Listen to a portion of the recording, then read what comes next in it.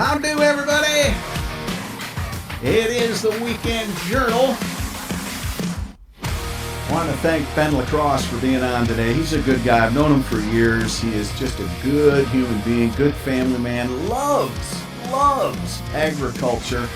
I'm not saying anything against any past presidents of Farm Bureau, but I'm sure there aren't any that were more dedicated to the art and the task of farming. So I salute Ben. He's a good man. All right. Well, this is that time of the show that I know everybody waits for. That is the Lansing Update. And it's been an interesting week as I've watched. Not a lot has gone on, but not a lot has happened. Does that make sense? Well, I'll try my best to explain it to you here on the update. All right, so the whole situation with the budget. Again, brief recap. The budget is due technically by July 1st, mainly so the education community, the schools, know how much they have to work with in the fall because their budget begins on July 1. The state budget doesn't begin until the end of September, right? And October 1st.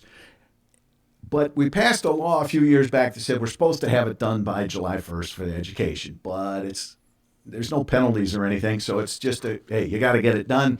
Point being is if you can get the education done, you can figure out the rest. Well, there's been some holdup.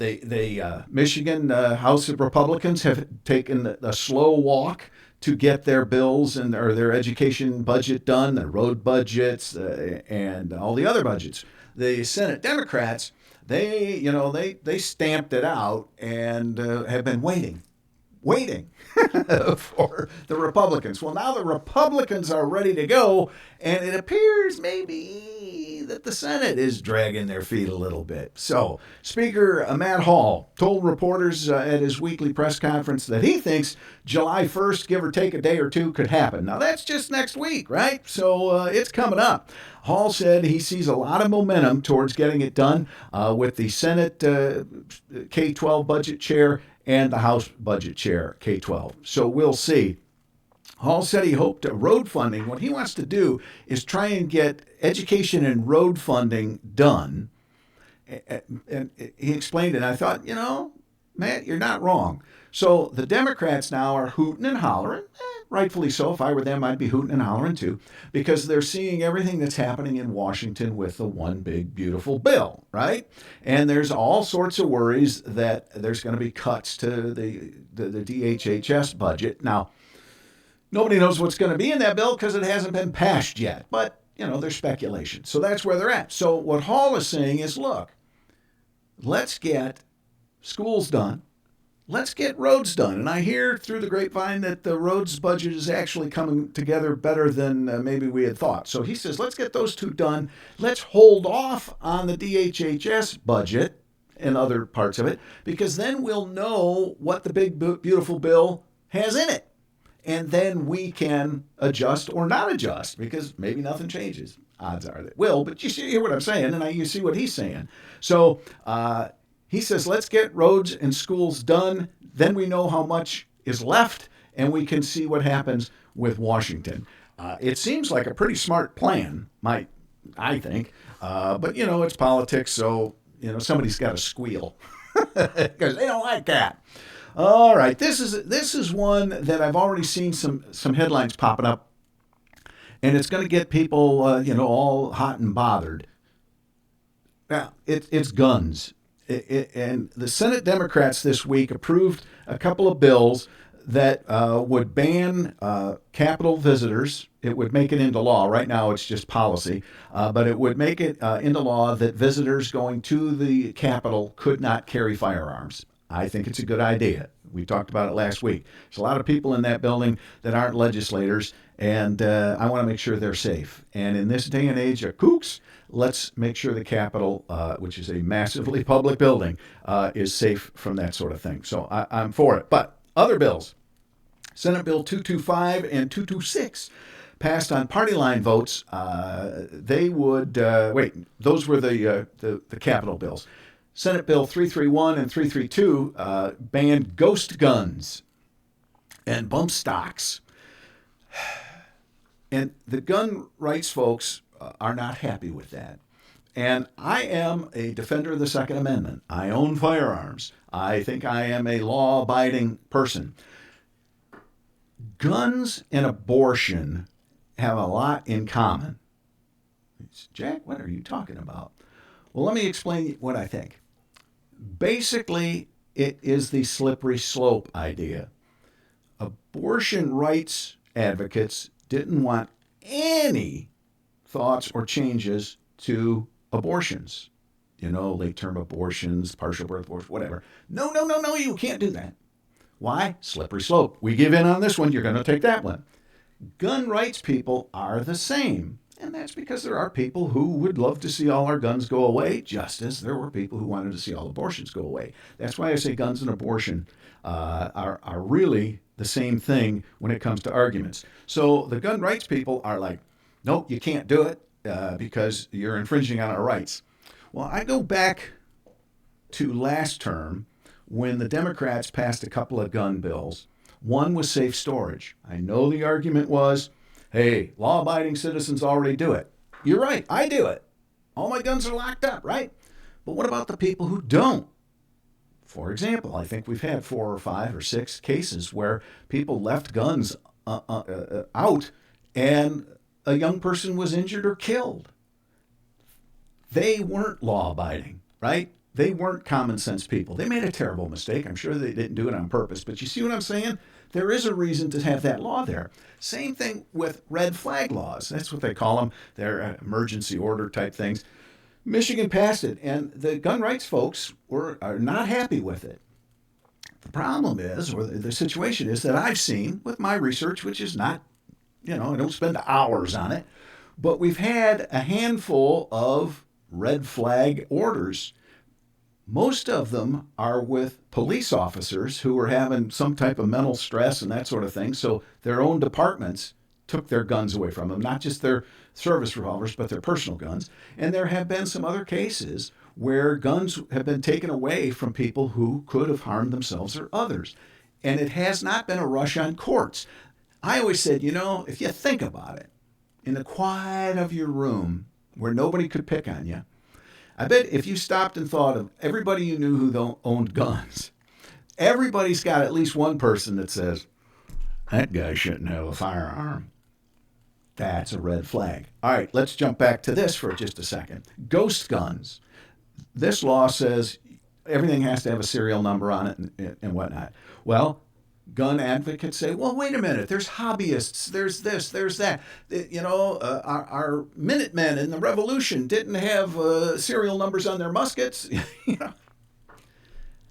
Again, I am for gun rights, but I also want to be realistic about it. And if you're a hobbyist, you can buy parts, and the parts have serial numbers on them, or when you go to register that firearm with law enforcement, it has to have a number on it. Something, right? There needs to be something. I'm not saying I know the exact wording. 3D printed guns. Why do you need a 3D printed gun? Because it's cool. Now, I will say this little story for those who think, all guns are terrible, you shouldn't have guns. I go up to this guy, I'm knocking on his door, and I say, hey, I'm Representative Jack O'Malley, what's important to you? And out of the blue, this guy says, we should be banning bump stocks, we should be banning the AR-15s, we should be banning this, and we should be banning that. And I'm like, why? And because you don't need that kind of thing, And I'm like, oh, okay, I hear you. But think about this for just a second, sir. You say, I don't need an AR-15. But you know what? I like to go out in my back 40 and shoot pumpkins. Well, that's stupid. You don't need to shoot a pumpkin. Okay, sir, I get it. I hear what you're saying.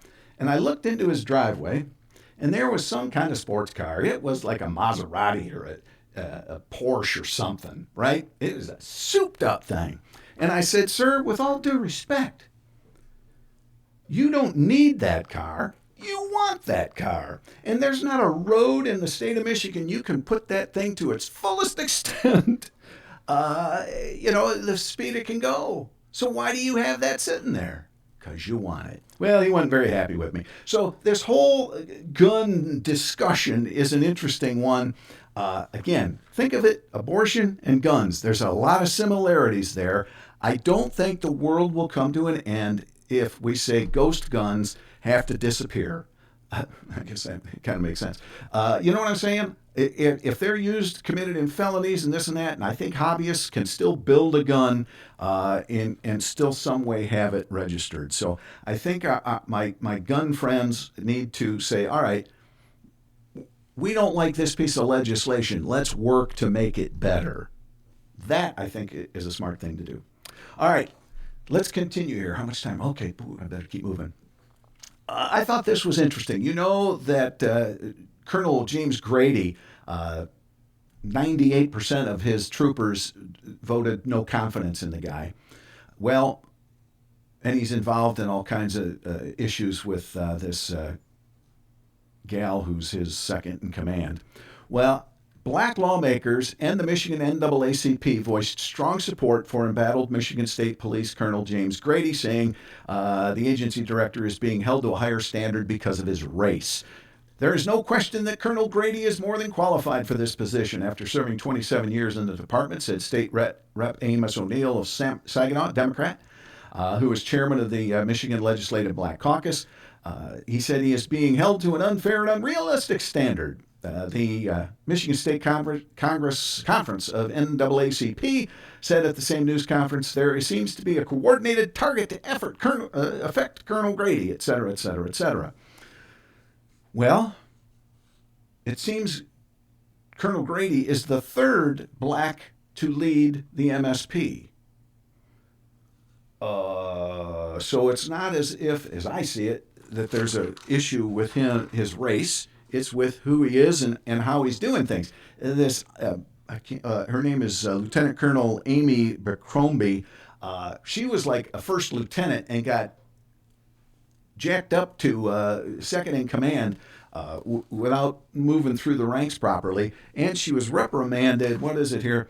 According to one report, she put 9,633 miles on a car over a time period that was 1,200 miles for work. The rest was personal, which is against the rules, et cetera, et cetera. I think there are real issues with Colonel Grady, and it's not because of his race, my opinion. A couple months ago, the Supreme Court said, hey, you got to redo all the juvenile convictions with life without parole because that's not fair. It's unusual punishment because of the fact that these are kids. Well, there's a new bill coming out that would say, all right, but if they commit certain heinous crimes, life without parole is a legal sentence. So we'll see if that passes through. This is a thing that kind of worries me.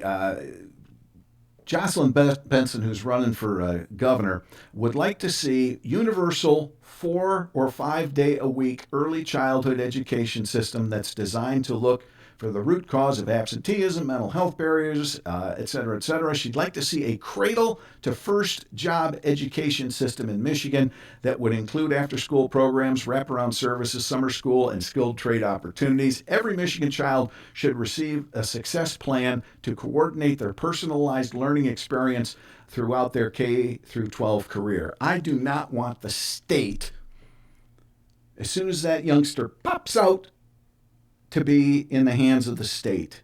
I think, yes, I know we have issues. I know that some families need help, but by golly, somehow I don't want the state forming my kid from birth. You know what I'm saying?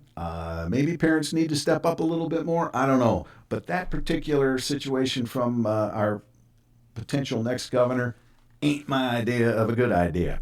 All right, I tell you what, I've got to take a break here. There's a lot more, and I got to cram it all in. So we'll work on that. The Weekend Journal, have another segment coming up. Stay tuned. All right, welcome back to the Weekend Journal. Time is tight, so I want to get a few more things in here before we break for the day. All right, here we go. You may have seen in the news that Ted Nugent appeared in Lansing to testify before a joint committee on all things DNR. And I will tell you, in a couple weeks, we'll have the chairman on from the Appropriations DNR Committee, so we can talk more there. But the Motor City Madman was not happy with the DNR, thinks that they're doing all sorts of things to hinder outdoor recreation and not helping the hunting world at all. It's interesting. He said because of regulations and things, that's one reason why hunting is down. Maybe so. Another problem is we have an aging population and firearms are not as big a deal as they once were. The other issue that I find interesting is hunters are very big into tradition. And there's been talk to say, hey, instead of having November 15th be opening day, it could be a Wednesday, it could be a Thursday. Let's set it to be the second weekend in November, and so everybody can focus on it, and people can take time off to do it because maybe they can't get away from their job on a Wednesday or something. Well, a lot of hunters say, I don't know, we've been taking the 15th off. Isn't it? It's like baseball. Opening day is a different day of the week all the time, but it's opening day. So I think hunters may need to give a little on that one because I think more people would say, well, yeah, I'll give it a shot because I can go this weekend and next weekend, right? So anyway, something to think about. DNR is also phasing out their deer survey. It was online and it caused a lot of problems. So that, I guess, is not going to happen anymore. So hunters, you might like that too. Part of the problem too is you're in the backwoods. So how the heck can you, get a signal to send it on your app? Last week, Rep. Schutte talking about regulations. The Home Builders Association and the Michigan Manufactured Housing Association are suing the state, saying you got too many weird regulations and it's making building impossible. So it'll be interesting. Lara also filed, remember I was talking about JCAR and how ineffective it is? Lara had filed its rule set in January with the Joint Committee on Administrative Rules, who took no action. As a result, the rules were filed with the Secretary of State in May, and they went into law. JCAR has become nothing, a wet noodle in controlling our State Department. So go get them, Representative Schutte. Some bills passed through the House. I guess the Senate has their version, so they're going to have to go to conference committee. But there are bills designed to prevent the cost of tickets for events being artificially inflated because of bots. These computer things that buy up all of the tickets and it costs you more. So I think that's a good idea. House and Senate will have to committee on that and get it to come together. Detroit News had an article saying Michigan maintained its second worst unemployment rate among the 50 states in May, despite the state's official percentage of joblessness improving slightly. The unemployment rate moved from 5.5% in April to 5.4% in May, third straight month that Michigan ranked 49th among 50 states. And one more here. Let's see. Oakland County Prosecutor Karen McDonald. She's the one who prosecuted the Oakland County school shooter and his parents. Has made it official. She wants to be the Attorney General, so she is going to run for that job.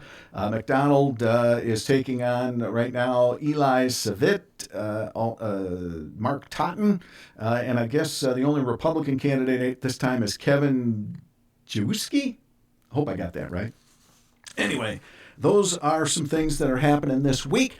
We'll be back next with more Weekend Journal here on News Talk 580. So I want you to tune in, and hopefully we'll go. We'll have at it.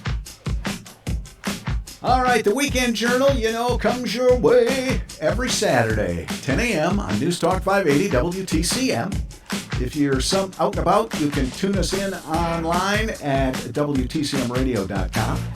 Later in the day, Saturday, I post the interviews and comments and Capital Update on Facebook and YouTube. Jack O'Malley's Weekend Journal. Look for it, and there it is.